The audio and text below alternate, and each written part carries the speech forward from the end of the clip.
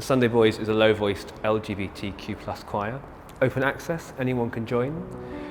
We are very ambitious. We do a lot of new work.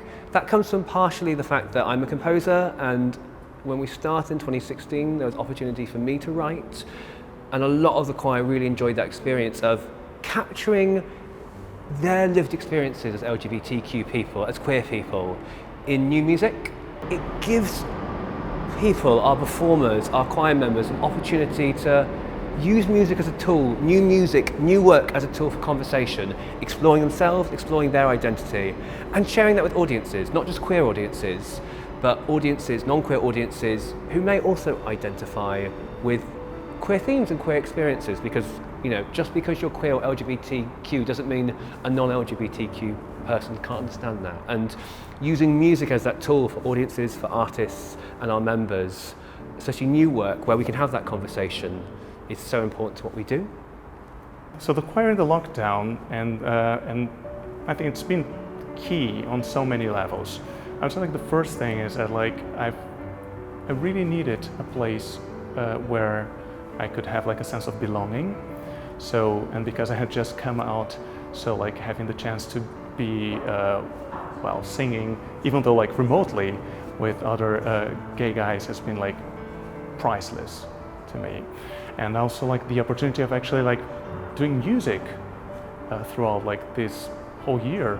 It's been impressive like how much effort like it's been put from the organizing team into just keeping the ball rolling, and having the chance to be a part of something bigger, right? And in this case like a choir, and doing music, which is something I love.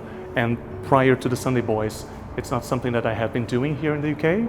So I don't know, like it gave like a totally different meaning to like lockdown, and looking forward to Sundays so we could rehearse and get to see each other's faces. So yeah, it's been like really, really important to me. Yeah, it's been difficult to connect with people during this time. Yeah, especially queer people. Usually I don't go out all the time, but it's really nice. One of the reasons I moved to Manchester a few years ago was to have things like the village here, to have some of the nightlife, the bars. Just going for a drink with some friends down by the canal is lovely, and having that. So not having that has been really weird, really, really weird. But having the choir as like a queer space with a good bunch of people that all have really similar interests, whether that is musical or just in life, and have had different experiences, has really helped help me feel less alone than lockdown has made me feel at other times.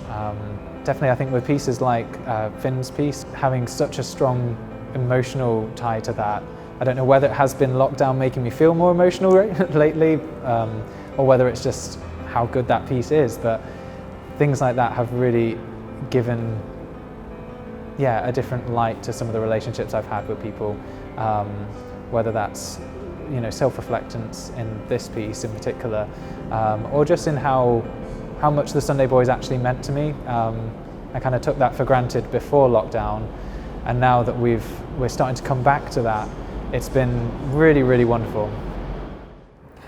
The kind of my relationship with the Sunday Boys began through an approach from Michael, who's the artistic director, and who'd heard some of my music, and in connection to the Lowry, which I was their resident composer for the year that didn't happen, 2020. And yeah, we got talking about the potential of creating something bespoke for this group and for this choir. So that's how that came about initially, and then the piece kind of evolved through conversations with Michael and conversations with the choir, and also my own personal reflections on kind of what it was I was interested in writing about, and that was the starting point. One of the big things we do in the Sunday Boys when we commission new work is we try to work with as many different genres and kind of different music as possible. We pride ourselves in how eclectic we are. But what we really look for is music and composers and songwriters and artists who tell a story, tell queer stories fantastically with their music, their melodies, the harmony, the accompaniment, but also through lyrics and meaningful lyrics. And Finn's work, just when I first heard it, kind of really, what it really captured for me is normalizing same-sex relationships in this way that a lot of our repertoire can be very heavy, especially with musical theatre or singer-songwriter kind of material. And Finn's music spoke to me in a way where I just thought, the choir are going to love this. The piece turned out to be something that was actually not explicitly about same-sex relationships, because as a choir, as we're changing, as we're growing, we're welcoming people from across the LGBTQ community as well. But there is that real sense of queerness in the work as well that speaks to so many of our members. Also, Finn writes such phenomenal melodies, and I immediately knew creating a piece during lockdown and creating a piece that was very singable and very immediate on the voice was something that was so important, because we started rehearsing this on Zoom. It had to be something that every single part could jump into and feel they had a melody, and I mean, he's nailed that. I think like it's very hard to pick like a favorite moment. I think like the whole piece is so beautiful and it's so deep. When we were discussing like the meaning with like Michelle the other day, and this whole idea of like an older self talking to a younger self, it sort of like resonated within me because of my personal story. So I think like, and I think I'm pretty sure like everyone in the choir can resonate with that, but within their own life stories. In my case, because I came out so late in my life, like so I came out at 39, so it's sort of like looking back and just going, yeah, it's okay to be who you are and who we've been all this time, and at the same time with a sense of pride. So because again, I think like each one of us has their own, like, let's say, time and place for coming out, and for me, like, it might have been a bit late, but I'm quite proud of my story, my life story. In having been like in a straight relationship for 14 years, having an 8-year-old son, and again, and now at 41, like looking back, being able to look back through this song as well, like, and going like, okay, we've done it. So yeah, it's been like really, really important to me. It's always really interesting when you've written something kind of in your own voice and for your own voice, and then you hear it interpreted by other people for the first time.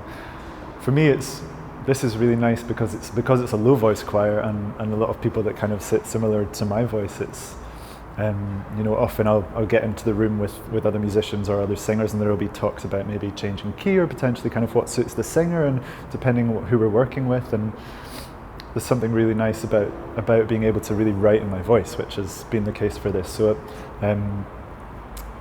that's in terms of coming in today and hearing it for the first time. I think that just sort of hit me that there's going to be 45 singers bringing their own thing to it, and it takes away the monotony of just my singular voice.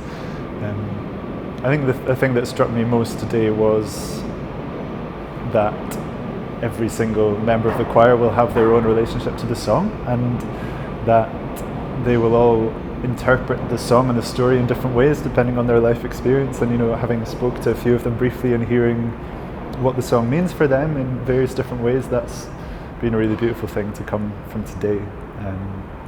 And yeah, it's sounding really beautiful. I'm really excited about it. It's like any song, isn't it? I remember speaking to my kids about when Sophie used to say, "Dad, have you heard this song?" And I said, "Yes, Sophie, have you listened to the lyrics and the melody and have you listened to the story that's in there?" And it's the same with this. It's got a wonderful and a lovely melody, to the point I'm singing it in my sleep at the minute. But it was really nice to listen to Michelle the other night when she helped us to interpret the songs, and to see how the lyrics and the story there resonated with everybody, to the point that quite a few people got upset, because it brought back those conversations, when you're not out of the closet and you're wanting to see what your future self looks like, but also knowing that you're not alone, and what are you looking for, what are you searching for, and finally knowing when you're out there and you've got it now. So it did resonate with me quite a lot, and with quite a lot of other people as well, because there was a few people saying they needed to bring tissues to the choir. So yeah, it's quite a poignant song which a lot of people can identify with.